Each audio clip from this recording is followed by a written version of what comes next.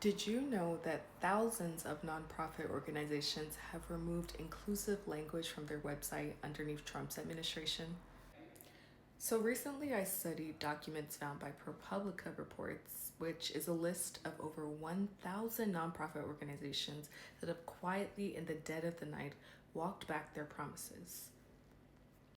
These were originally organizations that were built to fight racism, to help the poor, and to fix inequality. But following the election and a wave of government intimidation that we've been seeing, they were willing to kowtow to Trump and bend to his fascism. Thousands of nonprofits have been deleting the words black, equity, and racism from their sites. They've also been deleting the words underserved from their federal tax forms as well. So here's a breakdown of how the nonprofit industrial complex betrayed its mission to save its own skin. There's a lot of cowardice that's happening across all industries, but especially in the nonprofit industry. And there's tons of forensic evidence to support this of how they erased their own values and their own mission. These organizations did not wait for a law to be passed banning specific words. They erased them voluntarily to avoid potential friction or conflict from Trump and his evil administration. They looked at their mission statements, which was the very essence, the soul of their existence, and decided that equity was too risky a word to keep, and black, equality were too risky to keep under this administration. But here's just a few examples of some of the very well-known nonprofits that have just recently made the linguistic change. So I'm going to start from the top. There's a whole list of them, but I'll give about 6 examples.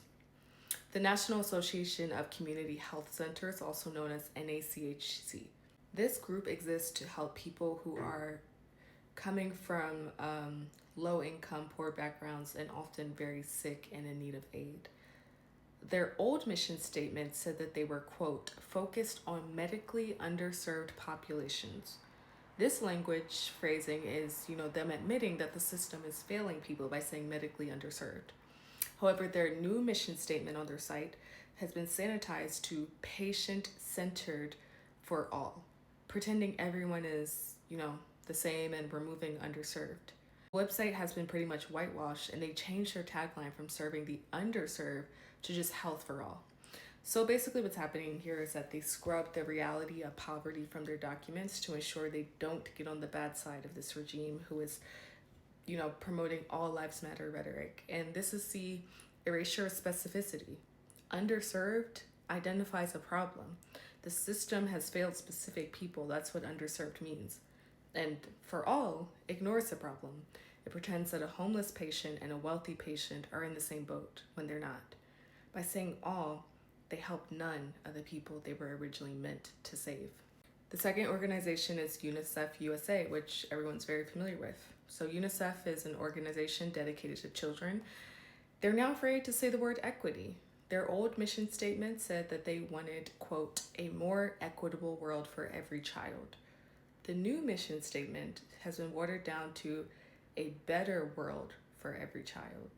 Again, desanitizing and kind of including all this fluff. And the shift here is that equitable implies justice and resource redistribution. Better is a meaningless hallmark sentiment that threatens no one. And they stray away from helping children who have been systemically targeted and also taking an all lives matter language approach. Now they kept their acronym FARE, FAR, or FAIR, but gutted the meaning. They removed the word racial from their website. And in a country with a massive racial wealth gap, this organization is now too afraid to say the word race. They have whitewashed their own title to appear neutral to the IRS. The next organization is the Financial Alliance for Racial Equity. They literally deleted their own name. Their old name was Financial Alliance for Racial Equity, and their new name is Financial Alliance for Representation and Empowerment. They kept the acronym FAIR but gutted the meaning, and they removed race and equity to make themselves palatable to a white supremacist power structure, which is supposed to be everything that they're fighting against as a nonprofit, I would think. This is the American Athletic Conference, the AAC. So a massive sports league making millions and millions of dollars off young black athletes is the AAC. They claim to be a leader in inclusion and diversity and equity in their mission statement. However, in their new revised mission statement, they're now just a leader in inclusion, removing the word diversity. Their communication director actually did speak publicly about this and said that it was, quote, simply a change in words, basically gaslighting the public, using a manipulation tactic to pretend that they're just erasing equity doesn't change the entire commitment. And then Teach for America, which a lot of people are probably familiar with. Teach for America is an organization that sends teachers into low-income schools, is now hiding the reality of those schools. Their old title, which, they had a head of diversity, equity, inclusiveness, this was their old position that they used to have on their site, is she's now listed as the chief of experience and belonging. They deleted the entire DEI section from their website and cut equity from their tax forms.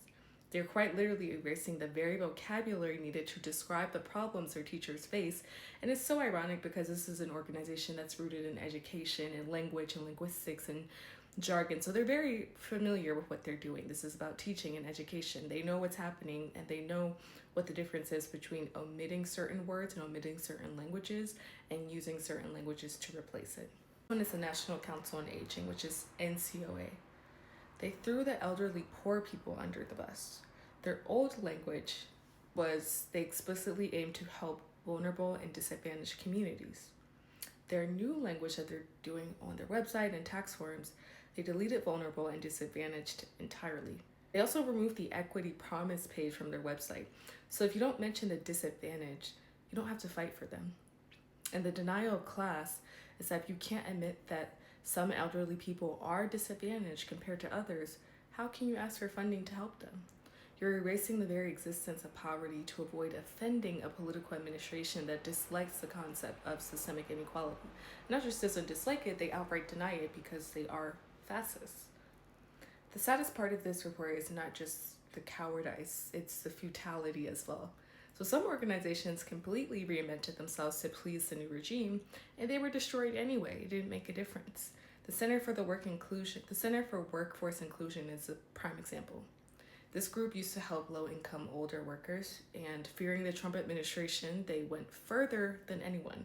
They completely removed the phrase, especially low income, from their mission statement, and they literally changed their name from Center for Workforce Inclusion to the vague CWI Works. And that didn't even matter. The White House still labeled them a leftist DEI promoting entity. That's quite literally what the White House listed them as. The administration also froze their funding. So CWI Works was forced to furlough staff and basically stop helping seniors. And the lesson here is that you can't negotiate with the purge. By erasing their identity, CWI died with a whimper instead of a bang. They compromised their values, and at the end, they lost both their funding and their organization. But you're probably wondering, why are these companies folding so fast? Because the people at the top have millions to lose. People don't really talk about the corruption that happens in the nonprofit space, but there's a lot of corruption that happens. And it's usually right out there in the open. So these nonprofits that I mentioned here, they're not grassroots activists scraping by. These are corporate entities run by millionaires. And they aren't scared of prison, they're scared of a pay cut. Many of these nonprofit CEOs personally, not their organization, but personally make millions of dollars. You make that much, you don't rock the boat.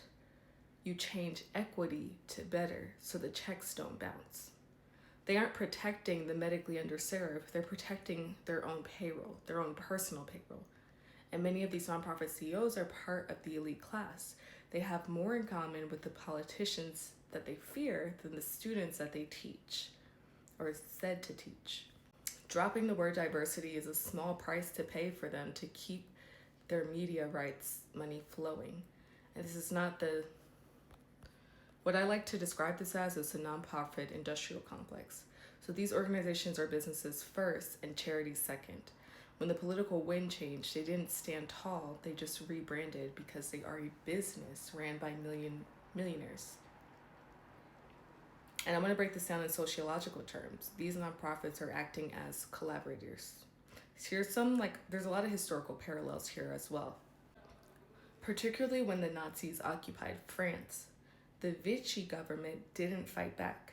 They collaborated to preserve their own administration's power.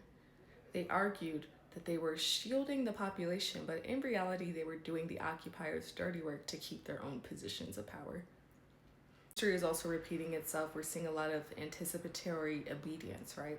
So this is a concept from Timothy Snyder's analysis of tyranny. The state didn't even have to raid these offices yet. The nonprofits anticipated what Trump wanted and gave it to him in advance. And this is the most pathetic form of submission, obeying before you're even ordered to. Also seeing a lot of like imperialist tactics used. So, back when the colonial governor in the old imperialist model, the colonial governor lived in a palace while the locals starves. And today the nonprofit CEO makes $900K while their beneficiaries struggle. We're seeing a lot of language policing, which is also what colonizers have used. They've always wanted to control language. So by forcing these groups to speak the language of merit and opportunity and banning racism and equity, the state is recolonizing these institutions. The CEOs are acting as the local proxies and forcing the empire's new rules on their own people.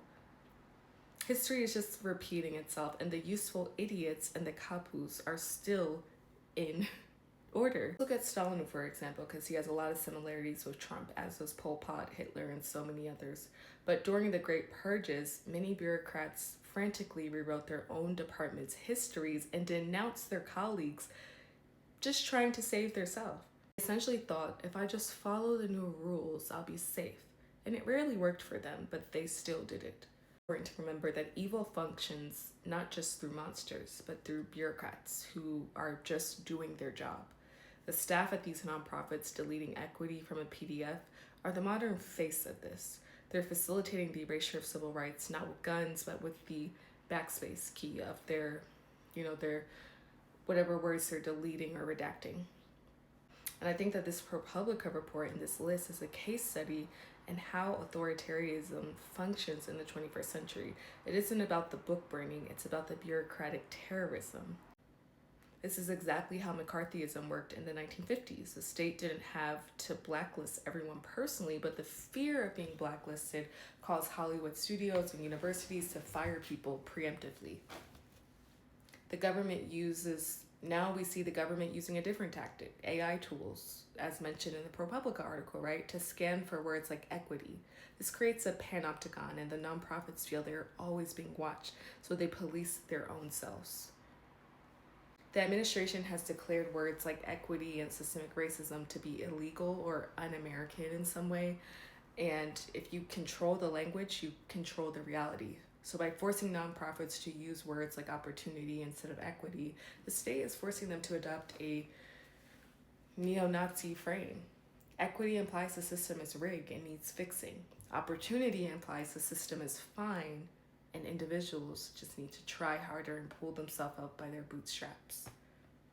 Just as colonizers forced indigenous people to speak the language of the conqueror, the administration is forcing civil society to speak the language of the status quo, or at least the status quo that they would like to see. You can link it back to Pol Pot's Year Zero, where the Khmer Rouge wanted to erase the past. They targeted people who remembered the old society, right? And the modern version is the war on DEI is an attempt to erase the civil rights era. By deleting words like disadvantaged and marginalized, the administration is trying to reset the timeline to a period before we acknowledge systemic racism. They're forcing these organizations to pretend that history never happened and that everyone is starting from the same place, when we all know that's not a reality at all in the history of America or any country. For me, from the ProPublica article, leaves me with a really stark realization. It's something that I've known for years, but these nonprofits are not just updating their forms. They are participating in a massive collective lie. They know that racism exists, they know that underserved populations exist, but they've agreed to stop saying it and stop acknowledging it. When the American Athletic Conference removes equity from its mission, or when UNICEF deletes equitable, they're signaling that they are willing to abandon the truth of the mission to preserve the institution of their charity, and essentially just to keep rolling in money and rolling in personal funds. They're keeping the lights on, but they have turned off the moral compass, which is supposed to be the whole reason that they exist. There's no unknown corruption here, it's fully known. These organizations are hoarding wealth for their executives while stripping protections from the vulnerable. They're not victims, they're accomplices. And I think all of this is a perfect example of the quote that the fascist does not need to silence the sheep silence themselves.